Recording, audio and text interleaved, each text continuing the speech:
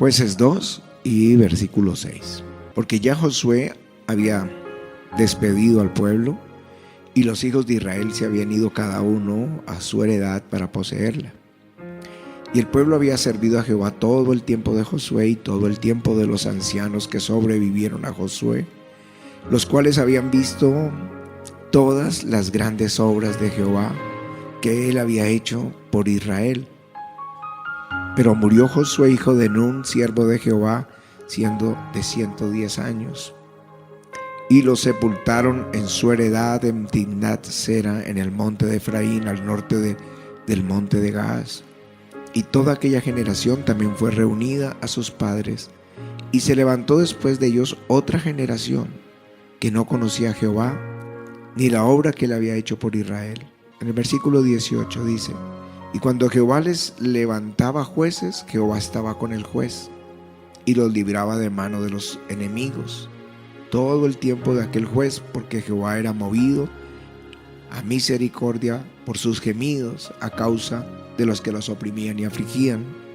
Mas acontecía que al morir el juez,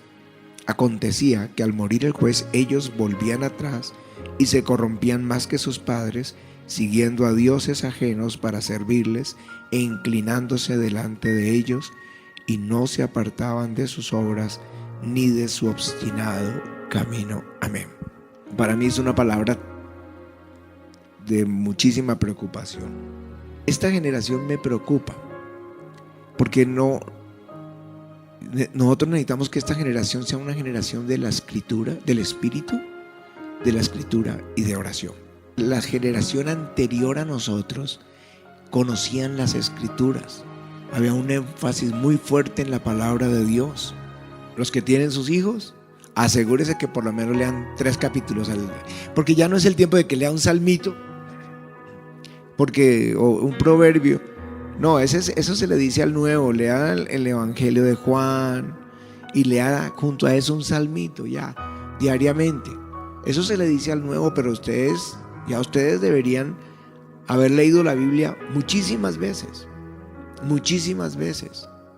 Los años que llevan en la fe. Lleva 10 años por lo menos haberla leído 10 veces, 20 años haberla leído 20 veces.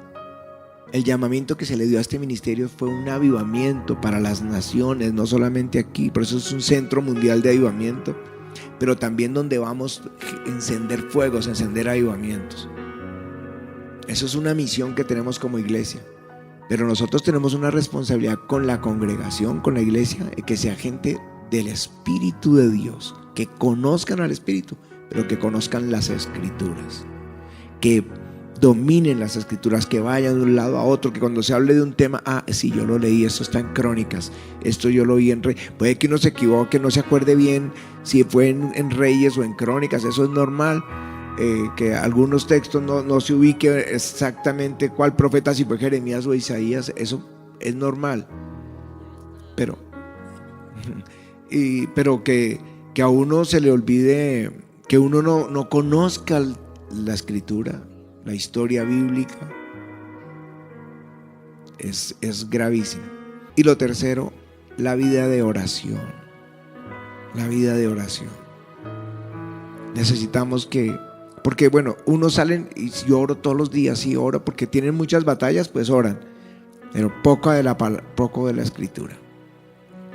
Otros de la escritura, o ni uno ni lo otro, pero también necesitamos fortalecer la vida de oración, el poder tener tiempo con Dios, de clamar, de orar, de rogar, porque Dios sí responde. Tienen que aprender a clamar y clamar. No solo esperar que el pastor haga la oración rápido y ponga aquí los paños y ore por ellos, sino también librar sus batallas, la vida de oración. Nosotros nos convertimos hace aproximadamente 40 años y nuestra mayor bendición fue cuando pudimos comprar nuestra primera Biblia. Fue una emoción gigantesca. Eran Biblias muy sencillas, las pastas eran de plástico, pero era de cada uno, y empezó el Señor a darnos esa pasión por su palabra. Y recuerdo que a partir del momento que tuvimos nuestra propia Biblia, comenzamos cada uno en esa búsqueda y en ese deleite, y comenzar uno a encontrar esos pasajes donde el Señor le hablaba a uno y lo consentía. Y por ejemplo, cuando yo me acuerdo, me encontré con el texto de no temáis, manada pequeña, y yo decía, tan tierno el Señor, tan romántico, qué belleza la forma como habla. Pues claro, uno nunca había leído ni siquiera el misal, porque éramos pésimos católicos cuando fuimos. Nada, no teníamos sino el concepto de que Dios está allá arriba y Jesús vino y murió, pero ahí se quedó. Teníamos un concepto religioso muy escaso. Entonces no fue solamente el encuentro con Jesús, pero con su palabra.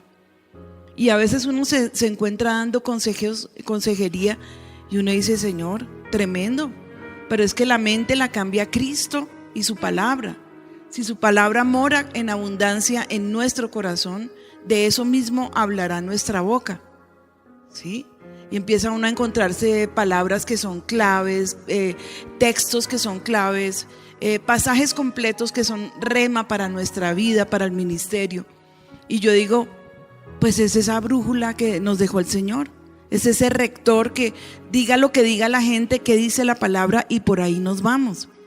No importa con estos tiempos finales tan cambiantes y tantas doctrinas extrañas, si tú estás cimentado en la palabra, nada te va a mover, porque la conoces, porque sabes que es real, porque siente uno que el Espíritu Santo fue el que la inspiró, y sabe uno que es palabra de Dios.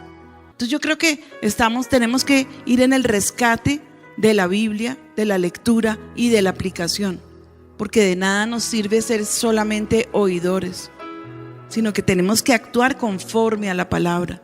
Volvernos a la Escritura, volvernos al Espíritu y volvernos a la oración.